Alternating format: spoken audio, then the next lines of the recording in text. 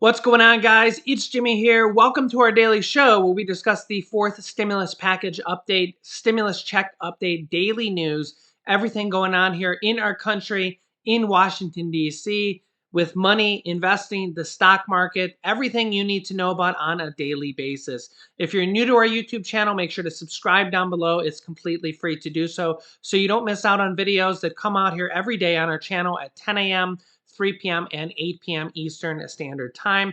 And if you find these videos helpful, don't forget to hit the like button for us down below.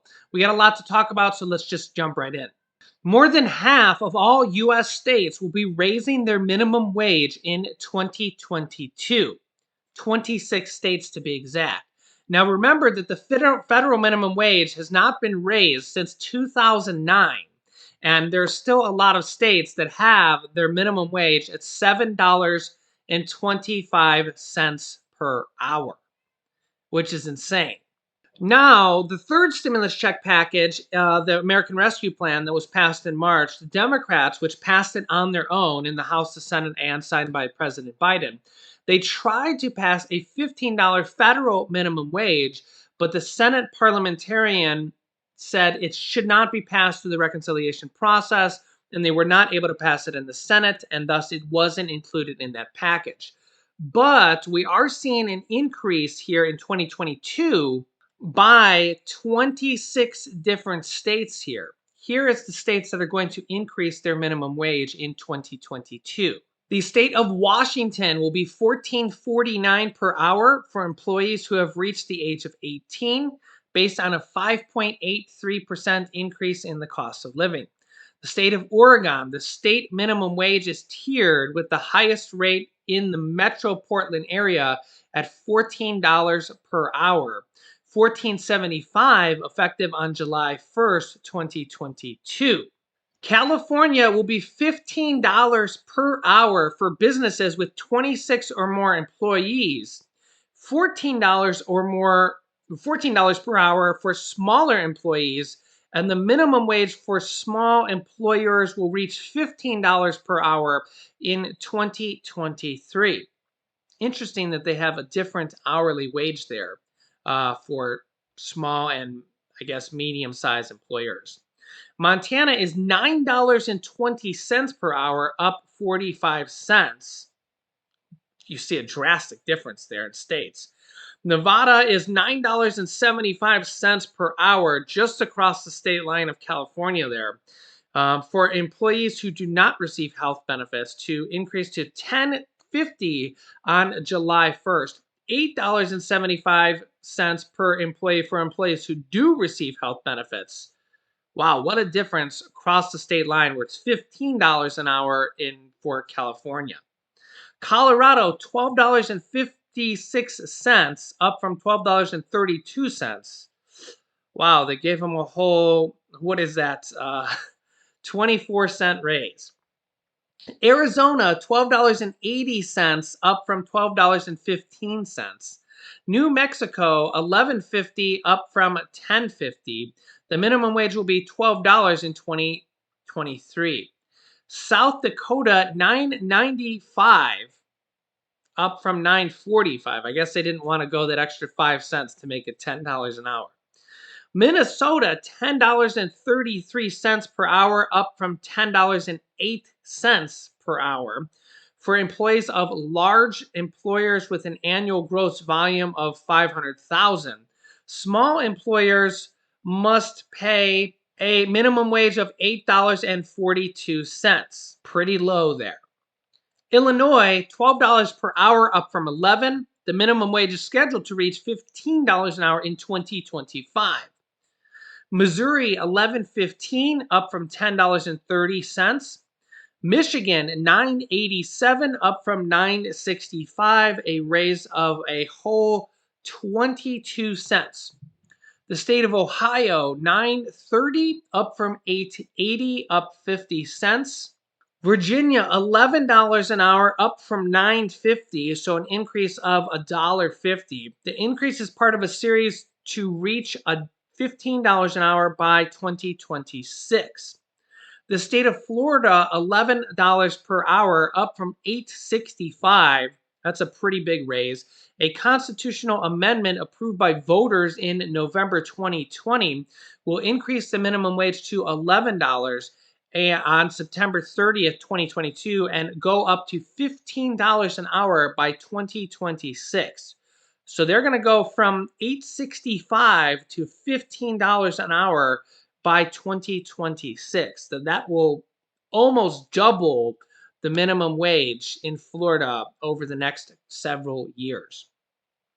The state of Pennsylvania will go from $7.25 per hour, that's the federal minimum wage, but $14 an hour for employees under the governor's jurisdiction. Maryland is the minimum wage is $12.50 for large employers and $12.20 for small employers, increasing at different increments to reach $15 an hour in 2025 for large employers and 2026 for small employers. Delaware, $10.50 per hour, up from $9.25, and based on an increase, and will reach minimum wage of $15 an hour by 2025. Connecticut, $13 per hour, scheduled to increase to $14 an hour by July 1st, and the minimum wage is scheduled to reach $15 per hour in 2023. New Jersey's $13 an hour, up from $12 an hour, and $11.90 per hour for those in seasonal employment. New York has some tiered rates, but is $15 per hour in New York City, Nassau, Suffolk, and Westchester counties. $12.50 per hour in the remainder of the state.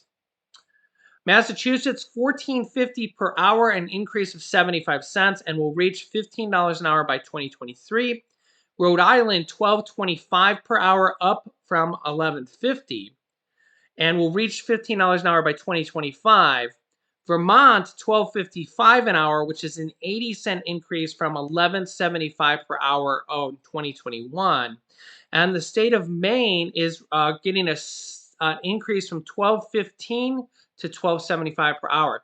All these other states in gray are not getting any increase in minimum wage at all for their states in 2022.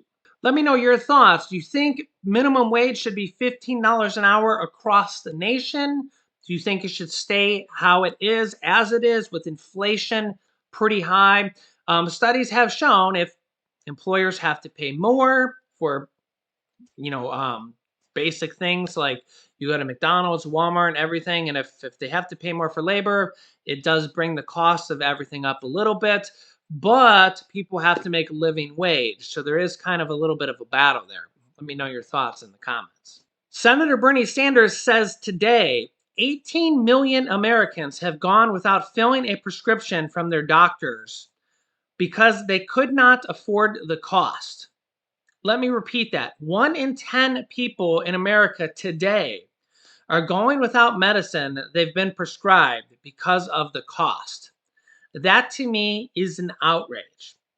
Remember that one of the major provisions in the Build Back Better bill is to dramatically lower the cost of prescription drug pricing.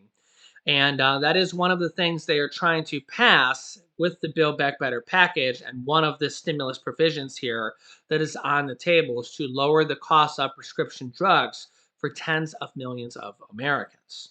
He also says, pretty much in regards of minimum wage, what we're just talking about here, in the richest country in the history of the world, you should not have to work 2 or 3 jobs just to put food on the table and keep a roof over your head, which a lot of people do have to do. And when we talk about stimulus checks, the child tax credits, which have just expired, and those monthly checks will not be going out in January as of this point because they have not been able to pass that. And the calls, millions of people are calling for another stimulus checks because of how bad inflation are right now. It kind of makes you wonder, what are they going to do to combat the pandemic and inflation right now going forward in 2022? Here is Representative Del Bean talking about President Biden potentially passing stimulus, maybe stimulus checks, or parts and pieces of stimulus passed through executive order and the Build Back Better agenda. Check this out. Are you open to the idea of President Biden using executive action to pass parts of the Build Back Better Act?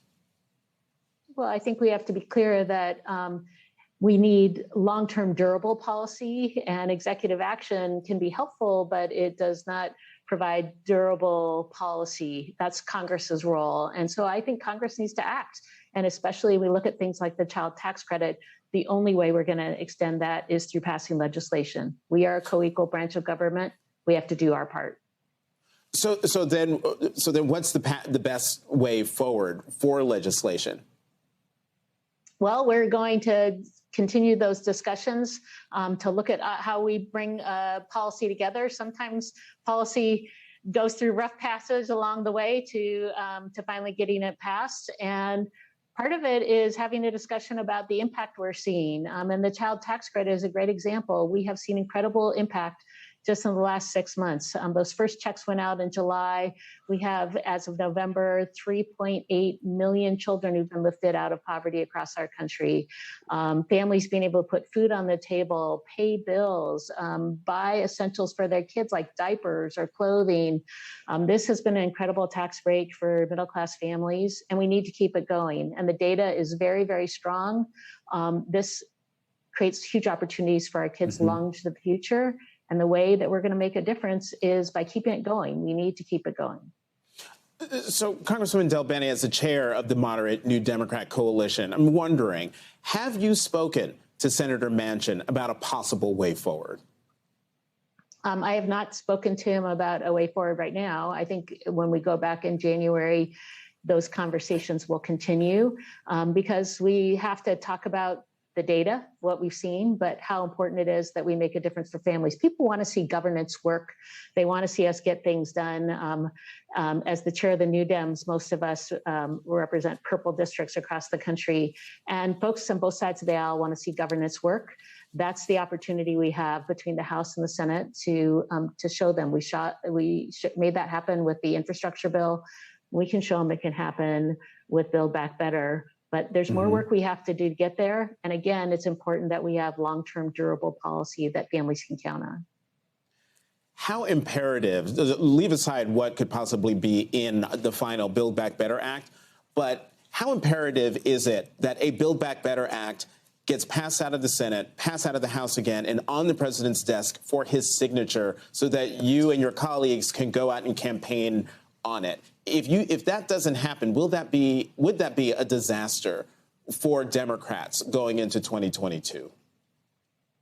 Well, good policy is good politics. The way folks make decisions at election time is to understand what their member of Congress was able to do for them. And one of the biggest things we can do is make sure we're making investments in our communities and our families and workers. That's part of what this legislation would do. We did it with the infrastructure bill. We need to do it with Build Back Better as well.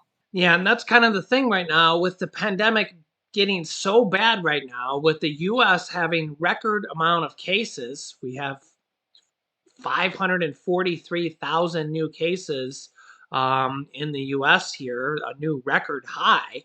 You know,